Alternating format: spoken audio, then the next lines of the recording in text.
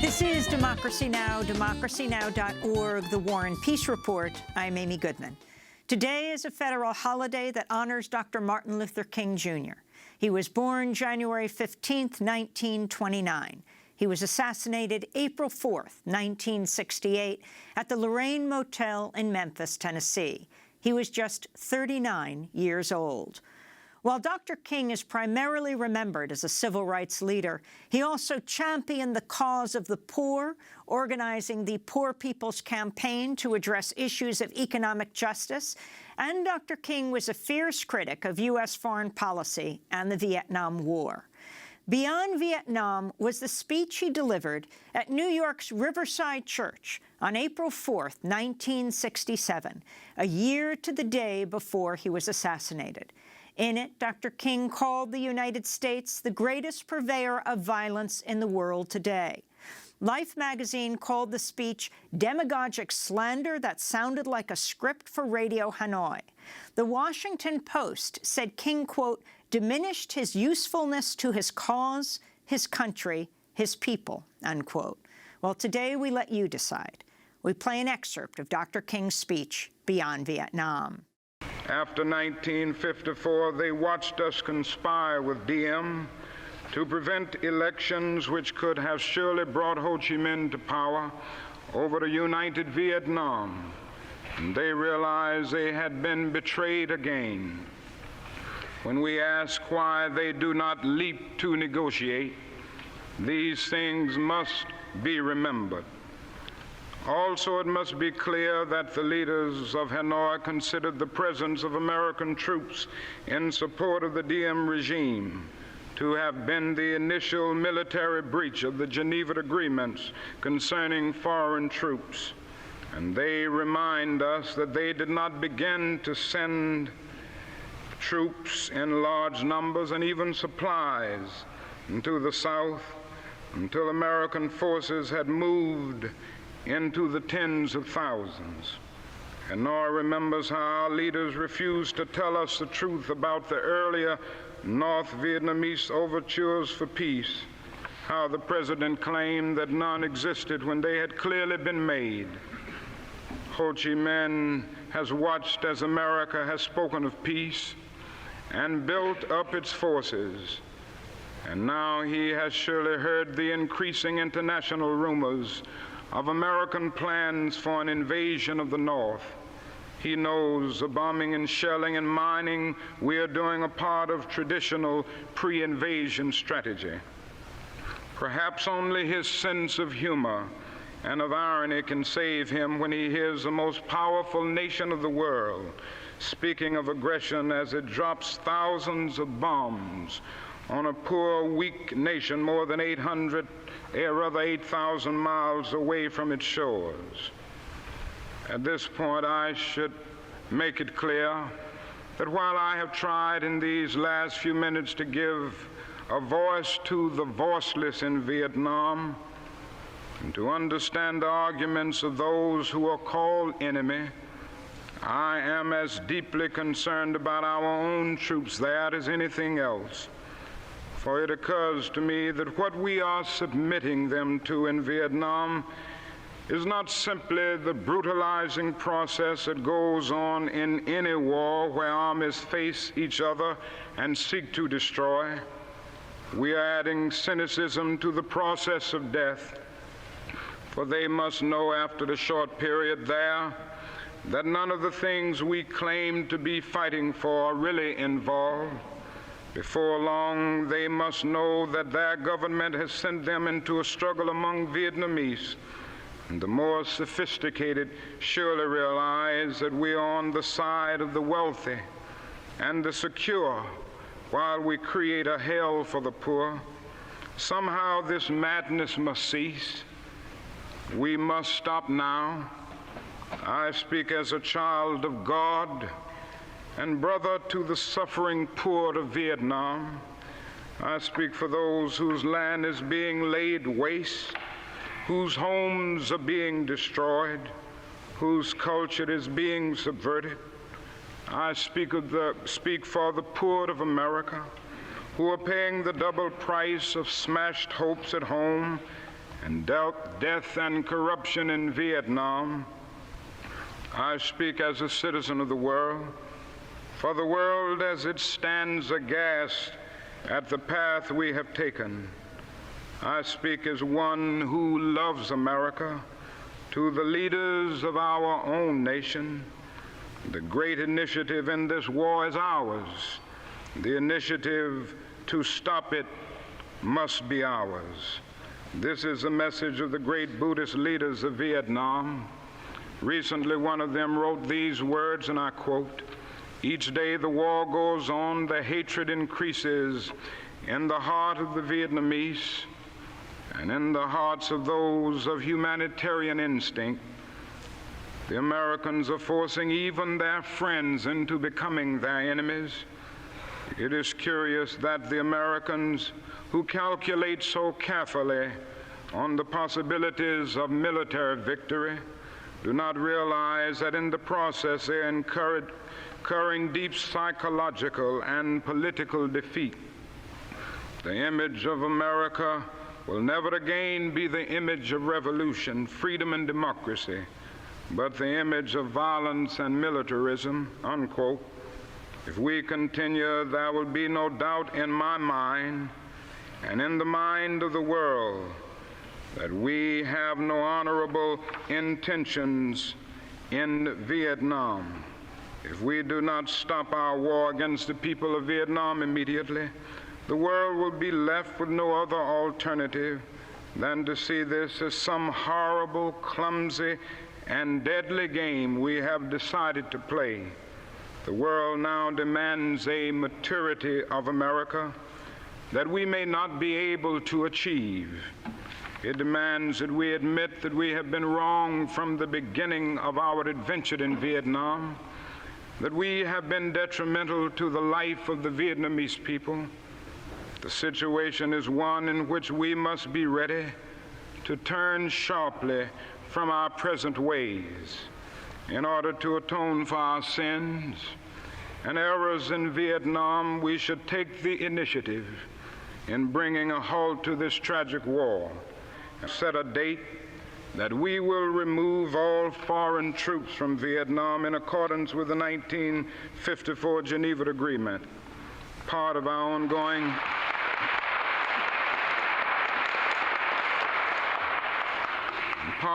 ongoing commitment might well express itself in an offer to grant asylum to any Vietnamese who fears for his life under the new regime, which included the Liberation Front. Then we must make what reparations we can for the damage we have done. We must provide the medical aid that is badly needed, making it available in this country if necessary. Meanwhile, we in the churches and synagogues have a continuing task while we urge our government to disengage itself from a disgraceful commitment. We must continue to raise our voices and our lives if our nation persists in its perverse ways in Vietnam. We must be prepared to match actions with words by seeking out every creative method of protest possible. These are the times for real choices and not false ones. We are at the moment when our lives must be placed on the line if our nation is to survive its own folly. Every man of humane convictions must decide on the protest that best suits his convictions, but we must all protest. Now, that is something seductively tempting about stopping there and sending us all off on what in some circles has become a popular crusade against the war in Vietnam. I say we must enter that struggle, but I wish to go on now to say something even more disturbing. The war in Vietnam is but a symptom of a far deeper malady within the American spirit. And if we ignore this sobering reality, we will find ourselves organizing clergy and layman concern committees for the next generation. They will be concerned about Guatemala and Peru. They will be concerned about Thailand and Cambodia. They will be concerned about Mozambique and South Africa. We will be marching for these and a dozen other names and attending rallies without end unless there is a significant and profound change in American life and policy.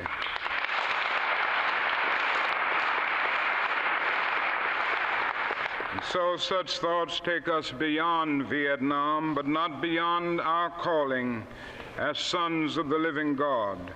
In 1957, a sensitive American official overseas said that it seemed to him that our nation was on the wrong side of a world revolution. During the past 10 years, we have seen emerge a pattern of suppression, which has now justified the presence of U.S. military advisors in Venezuela. This need to maintain social stability for our investments accounts for the counter-revolutionary action of American forces in Guatemala.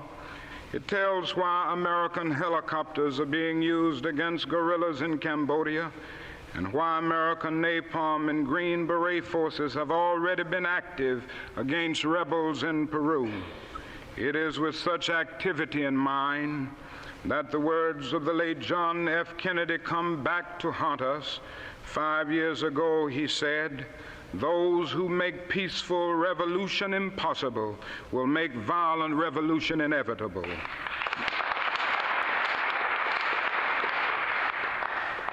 Increasingly by choice or by accident, this is the role our nation has taken. The role of those who make peaceful revolution impossible by refusing to give up the privileges and the pleasures that come from the immense profits of overseas investments. I am convinced that if we are to get on the right side of the world revolution, we as a nation must undergo a radical revolution of values. We must rapidly begin the shift from a thing-oriented society to a person-oriented society, when machines and computers, profit motives and property rights are considered more important than people. The giant triplets of racism, extreme materialism, and militarism are incapable of being conquered. A true revolution of values will soon cause us to question the fairness and justice of many of our past and present policies. On the one hand, we are called to play the Good Samaritan on life's roadside, but that will be only an initial act. One day we must come to see that the whole Jericho road must be transformed so that men and women will not be constantly beaten and robbed as they make their journey on life's highway. True compassion is more than flinging a coin to a beggar. It comes to see that an edifice which produces beggars needs restructuring. A true revolution of values will soon look uneasily on the glaring contrast of poverty and wealth. With righteous indignation, it will look across the seas and see individual capitalists of the West investing huge sums of money in Asia, Africa, and South America, only to take the profits out with no concern for the social betterment of the countries and say this is not just. It will look at our alliance with the landed gentry of South America and say this is not just. The Western arrogance of feeling that it has everything to teach others and nothing to learn from them is not just. A true revolution of values will lay hand on the world order and say of war, this way of settling differences is not just. This business of burning human beings with napalm, of filling our nation's homes with orphans and widows, of injecting poisonous drugs of hate into the veins of peoples normally humane, sending men home from dark and bloody battlefields, physically handicapped and psychologically deranged, cannot be reconciled with wisdom, justice, and love. A nation that continues year after year to spend more money on military defense than on programs of social uplift is approaching spiritual death.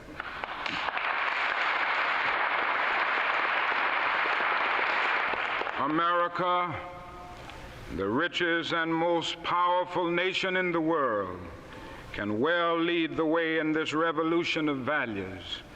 That is nothing except a tragic death wish to prevent us from reordering our priorities so that the pursuit of peace will take precedence over the pursuit of war.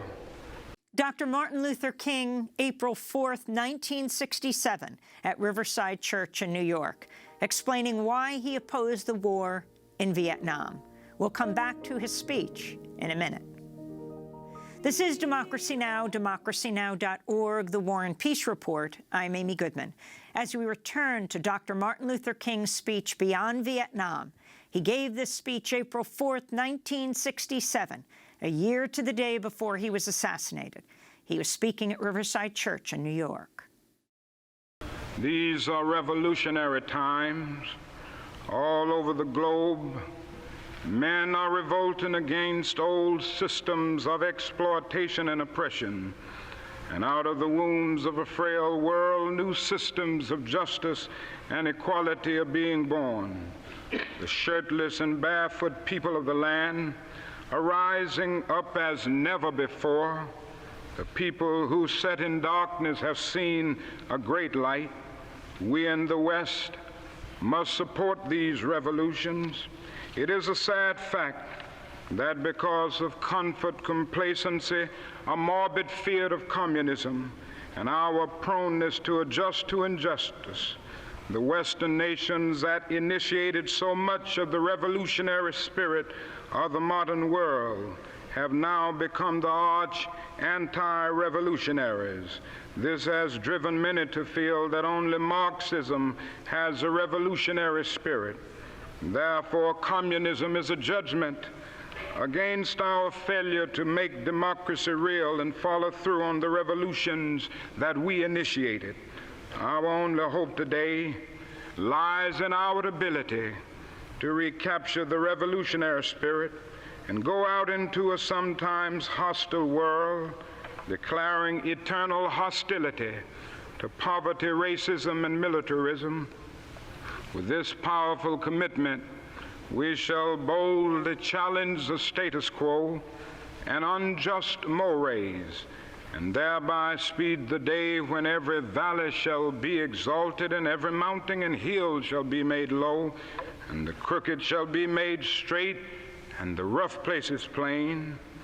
A genuine revolution of values means, in the final analysis, that our loyalties must become ecumenical rather than sectional. Every nation must now develop an overriding loyalty to mankind as a whole in order to preserve the best in their individual societies. This call for worldwide fellowship that lifts neighborly concern beyond one's tribe, race, class, and nation is in reality a call for an all-embracing and unconditional love for all mankind. This oft misunderstood, this oft misinterpreted concept, so readily dismissed by the Nietzsches of the world as a weak and cowardly force, has now become an absolute necessity for the survival of man. When I speak of love, I'm not speaking of some sentimental and weak response. I'm not speaking of that force which is just emotional bosh. I'm speaking of that force which all of the great religions have seen as the supreme unifying principle of life. Love is somehow the key that unlocks the door which leads to ultimate reality. This Hindu, Muslim, Christian, Jewish, Buddhist belief about ultimate reality is beautifully summed up in the first epistle of St. John. Let us love one another, for love is God, and every one that loveth is born of God and knoweth God. He that loveth not knoweth not God, for God is love. If we love one another, God dwelleth in us, and his love is perfected in us. Let us hope that this spirit will become the order of the day. We can no longer afford to worship the God of hate, or bow before the altar of retaliation. The oceans of history are made turbulent by the ever-rising tides of hate.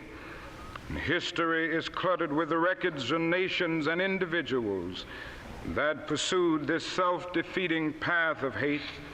As Arnold Toynbee says, love is the ultimate force that makes for the saving choice of life and good against the damning choice of death and evil. Therefore, the first hope in our inventory must be the hope that love is going to have the last word, unquote. We are now faced with the fact, my friends, that tomorrow is today. We are confronted with the fierce urgency of now. In this unfolding conundrum of life and history, that is such a thing as being too late. Procrastination is still the thief of time. Life often leaves us standing bare, naked, and dejected with a lost opportunity. The tide in the affairs of men does not remain at flood, it ebbs. We may cry out desperately for time to pause in her passage, but time is adamant to every plea and rushes on. Over the bleached bones and jumbled residues of numerous civilizations are written the pathetic words, too late. That is an invisible book of life that faithfully records our vigilance or our neglect. Omar Khayyam is right, the moving finger writes, and having writ moves on. We still have a choice today: nonviolent coexistence, a violent co-annihilation. We must move past indecision to action. We must find new ways to speak for peace in Vietnam and justice throughout the developing world, a world that borders on our doors. If we do not act, we shall surely be dragged down the long, dark, and shameful corridors of time, reserved for those who possess power without compassion, might without morality, and strength without sight. Now let us begin. Now let us rededicate ourselves to the long and bitter but beautiful struggle for a new world. This is the calling of the sons of God, and our brothers wait eagerly for our response. Shall we say the odds are too great? Shall we tell them the struggle is too hard? Will our message be that the forces of American life militate against their rival as full men, and we send our deepest regrets? Or will there be another message of longing, of hope, of solidarity with their yearnings, of commitment to their cause, whatever the cost? The choice is ours, and though we might prefer it otherwise, we must choose in this crucial moment of human history. As that noble bard of yesterday, James Russell Lowell, eloquently stated, once to every man and nation comes a moment to decide, in the strife of truth and falsehood, for the good or evil side, some great cause, God's new Messiah, often eats the gloom of blight, and the choice goes by forever twixt that darkness and that light. Though the cause of evil prosper, yet 'tis truth alone is strong. Though her portion be the scaffold, and upon the throne be wrong, yet that scaffold sways the future, and behind the dim unknown standeth God within the shadow. keeping watch above his own. And if we will only make the right choice, we will be able to transform this pending cosmic elegy into a creative psalm of peace. If we will make the right choice, we will be able to transform the jangling discords of our world into a beautiful symphony of brotherhood. If we will but make the right choice, we will be able to speed up the day all over America and all over the world when justice will roll down like waters and righteousness like a mighty stream. Dr. Martin Luther King Jr., April 4th, 1967, speaking at Riverside Church in New York, explaining why he opposed the war in Vietnam. The speech he delivered exactly a year to the day before he was assassinated at the Lorraine Motel in Memphis, Tennessee, April 4th, 1968. The night before he died, Dr. King delivered his last major address. He was in Memphis to support striking sanitation workers as he built momentum for a Poor People's March on Washington. This is some of Dr. King's last speech. I've been to the mountaintop. And you know, if I was standing at the beginning of time with the possibility of taking a kind of general and panoramic view of the whole of human history up to now, and the Almighty said to me, Martin Luther King, which age would you like to live in? I would take my mental flight by Egypt, and I would watch God's children in their magnificent trek from the dark dungeons of Egypt through, or rather across the Red Sea, through the wilderness on toward the Promised Land. And in spite of its magnificence, I wouldn't stop there. I would move on by Greece and take my mind to Mount Olympus. And I would see Plato, Aristotle, Socrates, Euripides, and Aristophanes assemble around the Parthenon.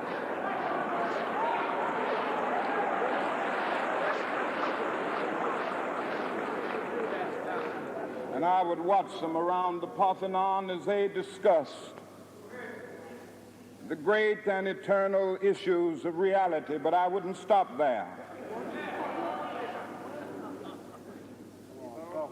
I would go on even to the great heyday of the Roman Empire. And I would see developments around there through various emperors and leaders, but I wouldn't stop there. I would even come up to the day of the Renaissance and get a quick picture of all that the Renaissance did for the cultural and aesthetic life of man, but I wouldn't stop there. I would even go by the way that the man for whom I'm named had his habitat. And I would watch Martin Luther as he tacks his 95 Theses on the door at the Church of Wittenberg, but I wouldn't stop there. I would come on up even to 1863 and watch a vacillating president by the name of Abraham Lincoln finally come to the conclusion that he had to sign the Emancipation Proclamation, but I wouldn't stop there.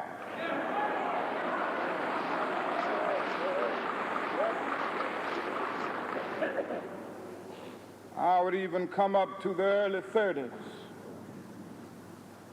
and see a man grappling with the problems of the bankruptcy of his nation and come with an eloquent cry that we have nothing to fear but fear itself. But I wouldn't stop there. Strangely enough, I would turn to the Almighty and say, if you allow me to live just a few years in the second half of the 20th century, I will be happy.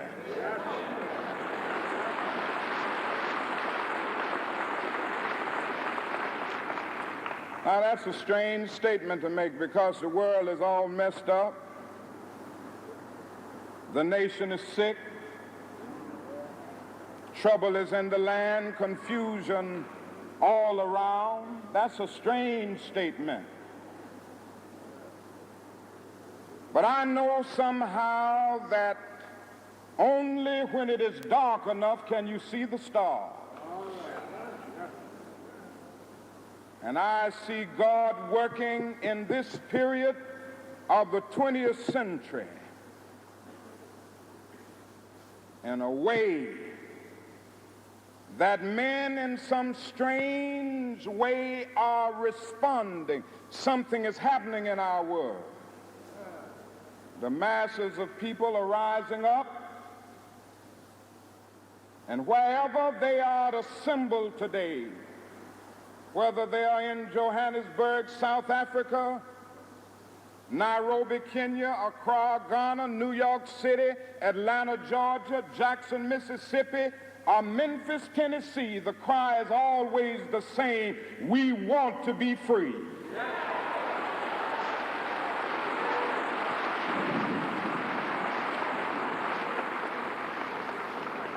And another reason that I'm happy to live in this period is that we have been forced to a point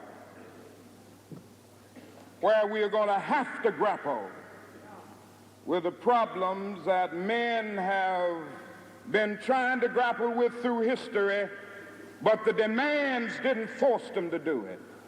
Survival demands that we grapple with them. Men for years now have been talking about war and peace, but now no longer can they just talk about it. It is no longer the choice between violence and non-violence in this world. It's non-violence or non-existence. That is where we are today.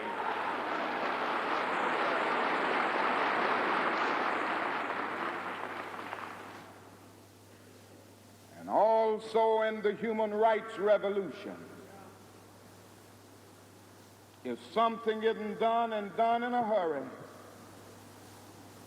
to bring the colored peoples of the world out of their long years of poverty, their long years of hurt and neglect, the whole world is doomed.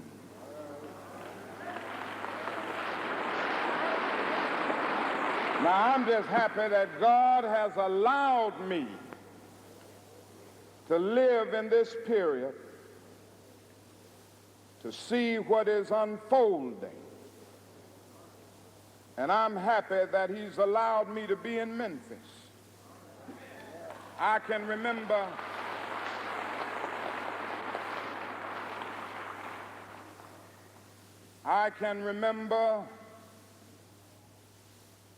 when Negroes were just going around, as Ralph has said, so often scratching where they didn't itch and laughing when they were not tickled.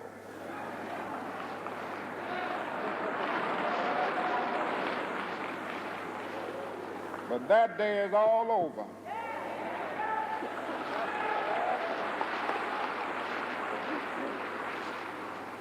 We mean business now, and we are determined to gain our rightful place in God's world.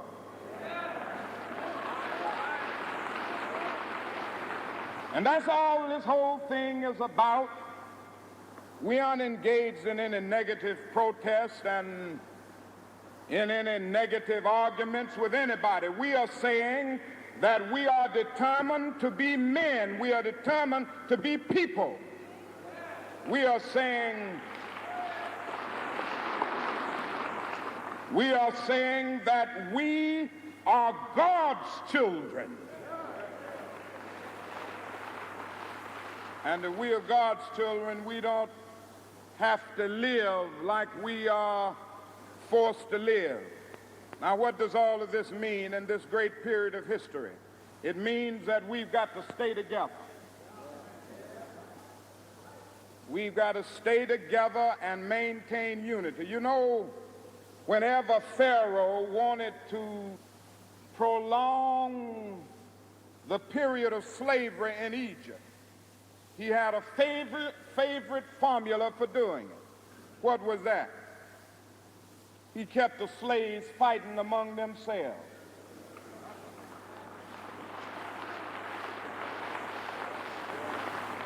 But whenever the slaves get together, something happens in Pharaoh's court, and he cannot hold the slaves in slavery. When the slaves get together, that's the beginning of getting out of slavery. Dr. Martin Luther King Jr., April 3rd, 1968, the night before he was assassinated. We'll come back to the speech in Memphis, Tennessee, in a minute. This is Democracy Now!, democracynow.org, The War and Peace Report. I'm Amy Goodman. As we continue with Dr. Martin Luther King's speech the night before he was assassinated. It was April 3rd, 1968, a rainy night in Memphis, Tennessee. We aren't going to let any mace stop us. We are masters in our nonviolent movement in disarming police forces. They don't know what to do. I've seen them so often. I remember in Birmingham, Alabama, when we were in that majestic struggle there, we would move out of the 16th Street Baptist Church day after day. By the hundreds, we would move out, and Bull Connor would tell them to send the dogs forth. And they did come. But we just went before the dogs singing, "Ain't gonna let nobody turn me around."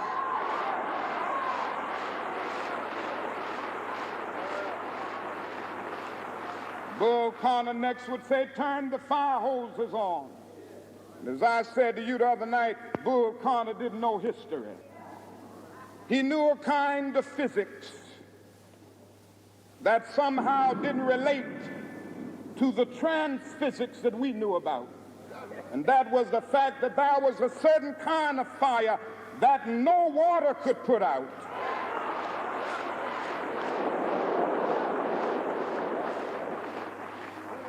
And we went before the fire hoses. We had known water. If we were Baptists or some other denominations, we had been immersed. If we were Methodists and some others, we had been sprinkled, but we knew water. That couldn't stop us. And we just went on before the dogs, and we would look at them, and we'd go on before the water hoses, and we would look at it, and we just go on singing, "Over my head I see freedom in the air." And then we would be thrown into paddy wagons, and sometimes we were stacked in there like sardines in a can. And they would throw us in, and old Bull would say, "Take them off." And they did, and we would just go on in the paddy wagon singing, "We shall overcome."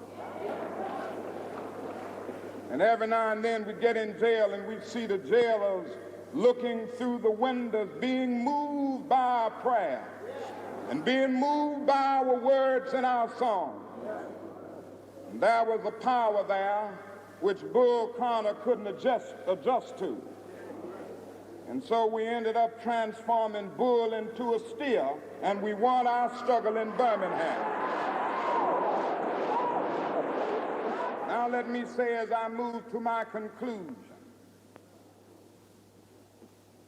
that we've got to give ourselves to this struggle until the end.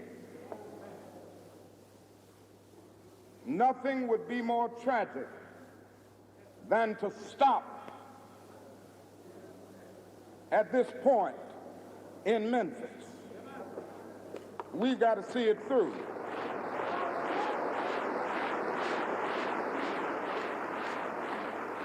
When we have our march, you need to be there. If it means leaving work, if it means leaving school, be there.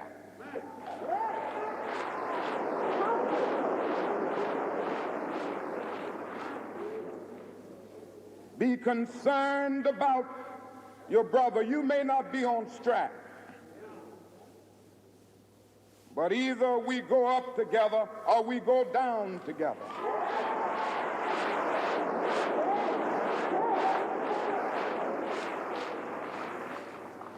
Let us develop a kind of dangerous unselfishness. One day a man came to Jesus, and he wanted to raise some questions about some vital matters of life.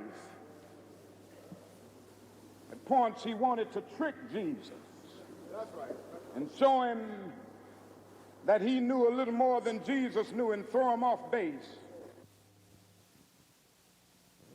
Now that question could have easily ended up in a philosophical and theological debate. But Jesus immediately pulled that question from midair and placed it on a dangerous curve between Jerusalem and Jericho. And he talked about a certain man who fell among thieves. You remember that a Levite, and the priest passed by on the other side. They didn't stop to help him. And finally, a man of another race came by. He got down from his beast, decided not to be compassionate by proxy, but he got down with him, administered first aid, and helped the man in need. Jesus ended up saying this was the good man, this was the great man, because he had the capacity to project the eye into the thou and to be concerned about his brother. Now, you know, we use our imagination a great deal to try to determine why the priest and the Levite didn't stop. At times we say they were busy going to a church meeting, an ecclesiastical gathering, and they had to get on down to Jerusalem so they wouldn't be late for their meeting. At other times, we would speculate that there was a religious law that one who was engaged in religious ceremonials was not to touch a human body 24 hours before the ceremony. And every now and then we begin to wonder whether maybe they were not going down to Jerusalem, down to Jericho rather, to organize a Jericho Road Improvement Association. That's a possibility. Maybe they felt that it was better to deal with the problem from the causal root rather than to get bogged down with an individual effect. But I'm going to tell you what my imagination tells me.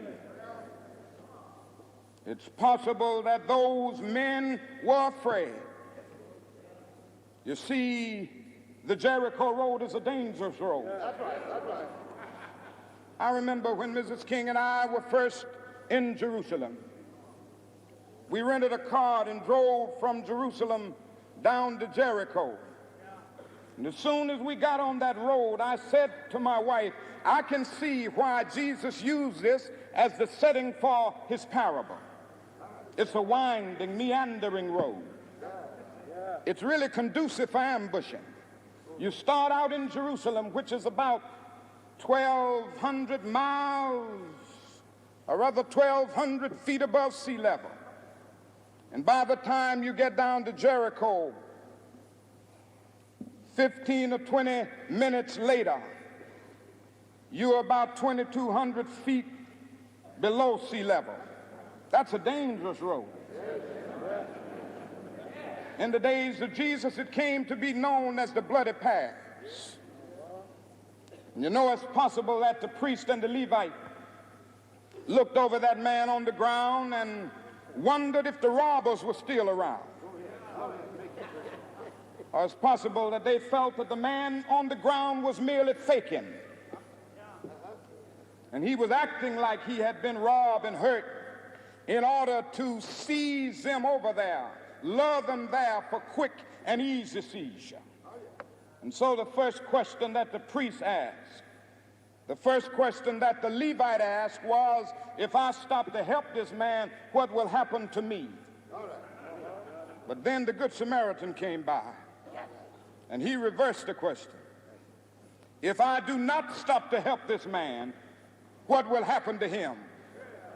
That's the question before you tonight. Not if I stop to help the sanitation workers, what will happen to my job? Not if I stop to help the sanitation workers, what will happen to all of the hours that I usually spend in my office every day and every week as a pastor? The question is not if I stop to help this man in need, what will happen to me? The question is, if I do not stop to help the sanitation workers, what will happen to them? That's the question. You know, several years ago, I was in New York City autographing the first book that I had written. And while sitting there autographing books, a demented black woman came up. The only question I heard from her was, "Are you Martin Luther King?" And I was looking down writing, and I said, "Yes." The next minute, I felt something beating on my chest. Before I knew it, I had been stabbed by this demented woman. I was rushed to Harlem Hospital. It was a dark Saturday afternoon. That blade had gone through, and the x-rays revealed that the tip of the blade was on the edge of my aorta, the main artery. And once that's punctured, you're drowned in your own blood. That's the end of you. It came out in the New York Times the next morning that if I had merely sneezed, I would have died. Well, about 4 days later, they allowed me, after the operation, after my chest had been opened and the blade had been taken out, to move around in the wheelchair in the hospital. They allowed me to read some of the mail that came in, and from all over the states and the world, kind letters came in. I read a few, but one of them I will never forget. I had received one from the president and the vice president. I've forgotten what those telegrams said. I'd received a visit and a letter from the governor of New York, but I've forgotten what that letter said. Yes. But there was another letter that came from a little girl, a young girl, who was a student at the White Plains High School. And I looked at that letter, and I'll never forget it. It said simply, "Dear Dr. King, I am a 9th grade student at the White Plains High School." She said, "While it should not matter, I would like to mention that I'm a white girl. I read in the paper of your misfortune and of your suffering. And I read that if you had sneezed, you would have died. And I'm simply writing you to say that I'm so happy that you didn't sneeze." And I want to say tonight,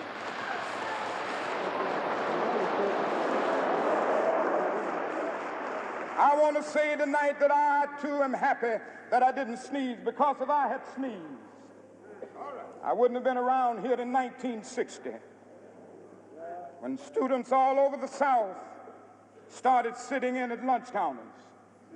And I knew that as they were sitting in, they were really standing up for the best in the American dream and taking the whole nation back to those great wells of democracy which were dug deep by the founding fathers in the Declaration of Independence and the Constitution. If I had sneezed, I wouldn't have been around here in 1961.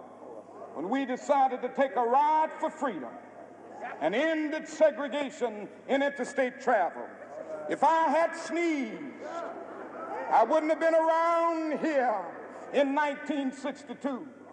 The Negroes in Albany, Georgia, decided to straighten their backs up. And whenever men and women straighten their backs up, they are going somewhere, because a man can't ride your back unless it is bent. If I had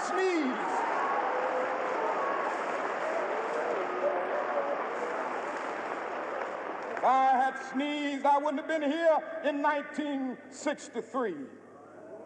The black people of Birmingham, Alabama, aroused the conscience of this nation and brought into being the Civil Rights Bill. If I had sneezed, I wouldn't have had a chance later that year in August to try to tell America about a dream that I had had. If I had sneezed, I wouldn't have been down in Selma, Alabama to see the great movement there. If I had sneezed, I wouldn't have been in Memphis to see a community rally around those brothers and sisters who are suffering. I'm so happy that I didn't sneeze. And they were telling me, now it doesn't matter now. It really doesn't matter what happens now. I left Atlanta this morning, and as we got started on the plane, there were 6 of us.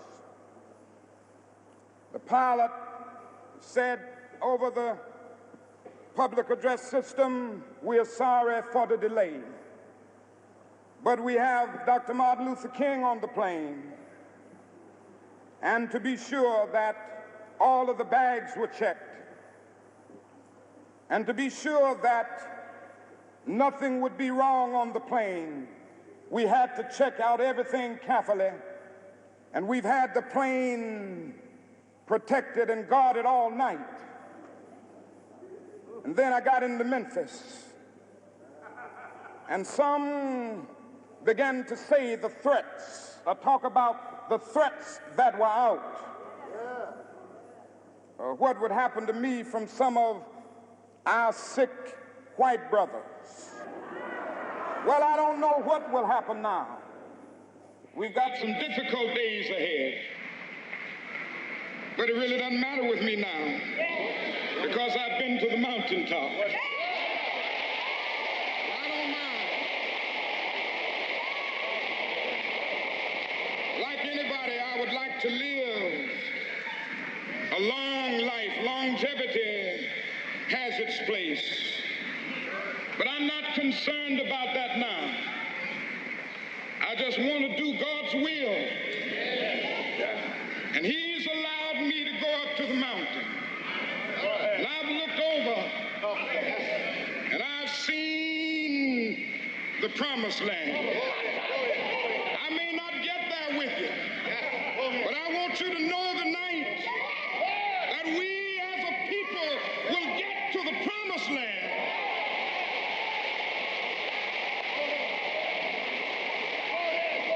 So I'm happy tonight. I'm not worried about anything. I'm not fearing any man. Mine eyes have seen the glory of the coming of the Lord. Dr. Martin Luther King speaking April 3rd, 1968. Within 24 hours, he would be dead. Assassinated on the balcony of the Lorraine Motel, April 4th, 1968. Today is the federal holiday that honors him. That does it for our show. Democracy Now! Is produced by Mike Burke, Dina Guzder, Nermeen Sheikh, Carla Wills, Tammy Warnoff, Libby Rainey, Sam Alkoff, John Hamilton, Robbie Karen, Hani Masood, Sharina Nadura, Taymari Astudio, Adriano Contreras, and Maria Terracena. Mike DeFilippo and Miguel Noguera are our engineers. Special thanks to Becca Staley, Julie Crosby, Miriam Barnard, Hugh Grand, David Prude, Vesta Godars, and Carl Markser. And to our camera crew, John Randolph, Karen Krug Meadows, Anna Osbeck, and Matt Ely. I'm Amy Goodman. Thanks so much for joining us. Thanks for watching Democracy Now! On YouTube. Subscribe to the channel and turn on notifications to make sure you never miss a video. And for more of our audience-supported journalism, go to democracynow.org, where you can download our news app, sign up for our newsletter, subscribe to the daily podcast, and so much more.